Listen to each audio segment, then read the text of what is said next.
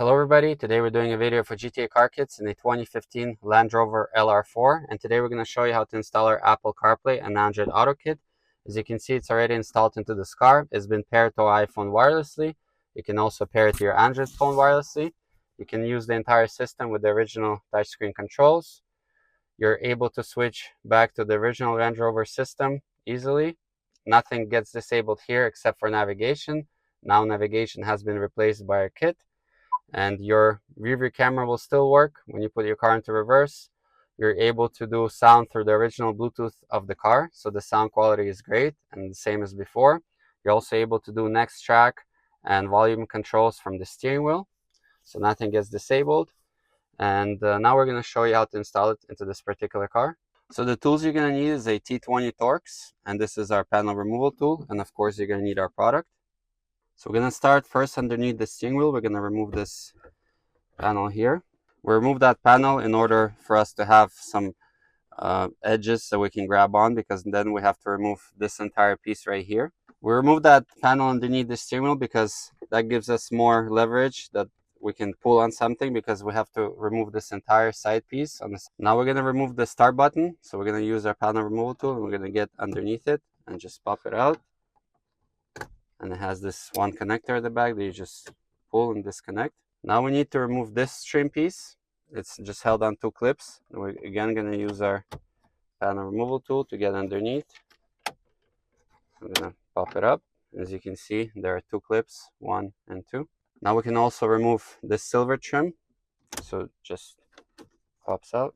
Now we can remove the two screws that you see here. They're both T20. So now we can remove the trim piece around these controls. So we're going to lift it up from the top where you remove the screws, and then going to pop it open with our tool. And it comes out, and you'll see it will come out with these two silver pieces. That's fine. So now on the driver's side, we're going to remove this vent along with this entire panel. So we're going to use our hands and grab it from behind.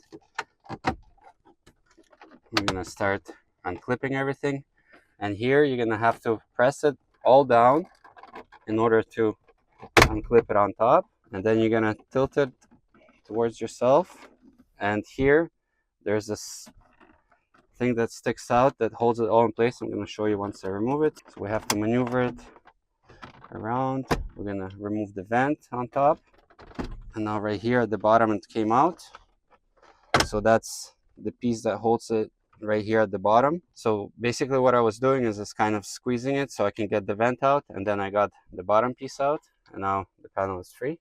So now we're going to remove the passenger side. In order to give you better access, we're just going to open up the glove box. We're going to use our panel removal tool and start unclipping everything.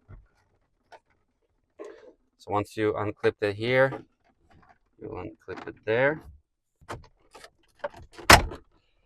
So once we unclipped it on top, this piece also has that piece at the bottom that holds it. We're just going to tilt it open. So same thing, I was kind of squeezing it both from top and bottom.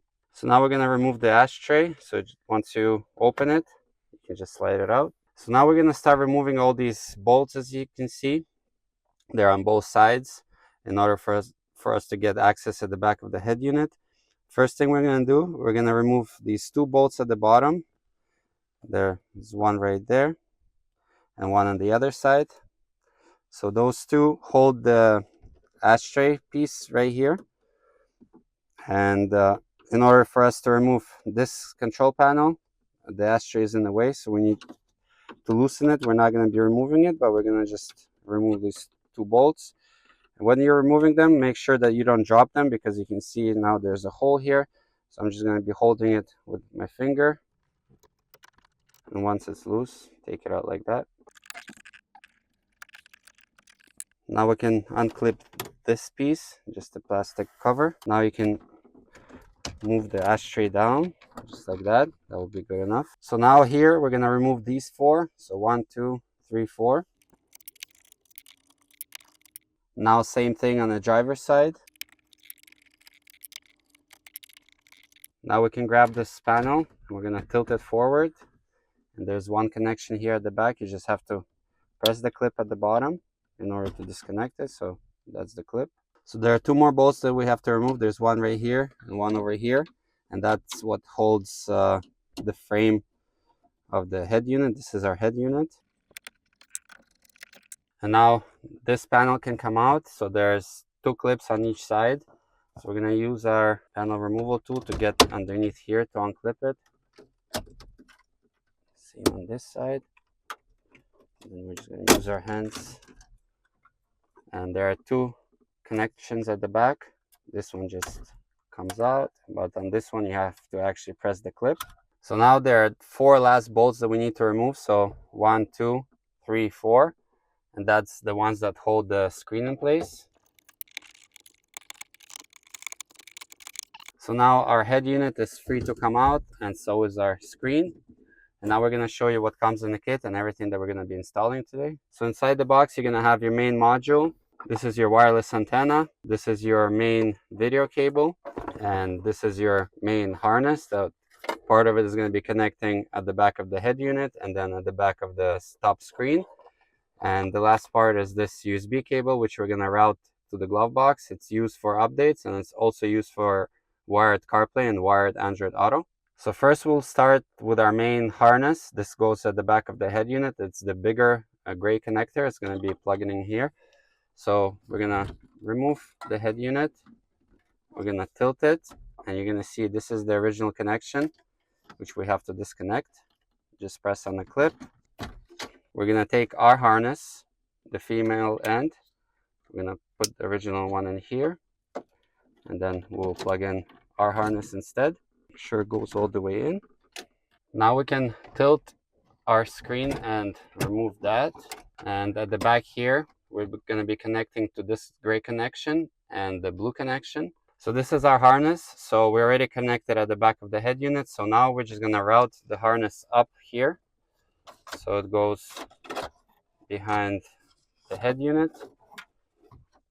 And now we're going to connect this gray connection from our harness into the back of the screen. So we're going to disconnect the original one, plug it into our harness, and then our harness will get plugged in here. Now we're going to do the video cable. So here we're going to disconnect the original one, and it's going to be left unplugged because this is what disables the original navigation. And we'll plug in our cable instead. And this end will go into our module, and so will this end from our harness will go into our module. So before we start plugging in everything to the module, we'll also route this cable into the glove box. So this end will be in the glove box, and this will go into the module. So we're going to open the lower glove box, and from here, from the top, as you see, I'm going to drop this cable, and I'm going to catch it inside the glove box. There we go. And this way you don't need to drill any holes. Now we're ready to start plugging everything into our module. So we'll start with our power harness. Then we will grab our video cable. Now we're left with the USB that we just wired into the glove box. And the last thing is our wireless antenna. The module we're going to hide over here in this cavity. So there's plenty of space here to put the module, and the antenna, you're going to have to peel the double-sided tape. You can actually mount it right behind there, behind the vents. There's some flat plastic surface that it will mount to nicely. That's what we're going to do now. So at this point, we're going to start hiding the module. So make sure to rearrange the wires nicer than we have now. We're just demoing it for you, but once you rearrange the wires, you're going to carefully slide the module in, and you're going to push it down, and it's going to fit snug. It's not going to move around, and there's still plenty of space for the screen to go back in place.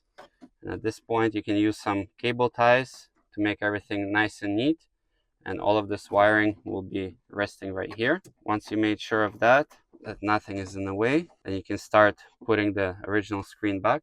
So when you're putting back the screen, make sure that these two metal pieces, they're going to line up with these two guides right here. That means you're putting it in the correct spot. And if you know, this plastic piece comes out easily right now when the screen is removed, but when you're putting everything back, make sure that you put them back together, not separately. So we're going to tilt the screen, make sure everything lines up, and we're going to put it back in its original position. Next, we'll put back the head unit. Just going to insert it in, and you're going to look at the frame to make sure that it lines up with the mounting bolt holes. And at this point, we can secure the screen with the 2 bottom bolts. We're still going to test everything, so don't install all the bolts. And then for the head unit, we're just going to install these 2 outer bolts that hold it in place. So we're going to plug this back in, and we're going to clip it back in also. And then we're also going to plug this panel in. That's also required for testing. You can just rest it here for now. And of course, you're going to need your start button to be plugged in so we can test everything. So for testing, we're going to first connect by the wire and make sure that our iPhone or Android phone is charging. Then at the same time, this phone has to be paired to the original system by Bluetooth, and you're going to choose your Bluetooth sound source. As you can see, the navigation now is missing. It's been replaced by our kit. And now we're going to press on navigation. As you can see, we have Apple CarPlay because we connected our iPhone. So you just got to have to check your sound, make sure that the touchscreen is working. You're also going to check your rear view camera to make sure that it turns on. And once you tested everything, now we can turn the ignition off and reassemble everything back. So here we have to put back the 2 bolts. That's the other 2 bolts that hold the frame of the head unit. We're going to plug this back in again. Now make sure everything lines up, and then you're also going to push in the ashtray here. Then there are 2 more bolts at the bottom that hold that ashtray piece in place. And don't forget the bolts that hold the screen here on top. Now we can start putting the vents back in. So we're going to start with the bottom here and the top actually at the same time.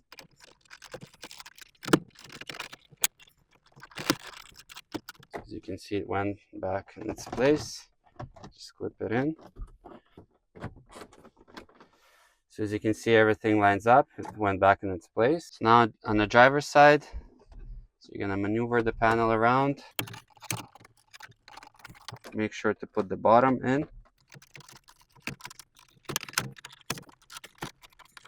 Once everything is lined up, you're just going to make sure everything clips back in place.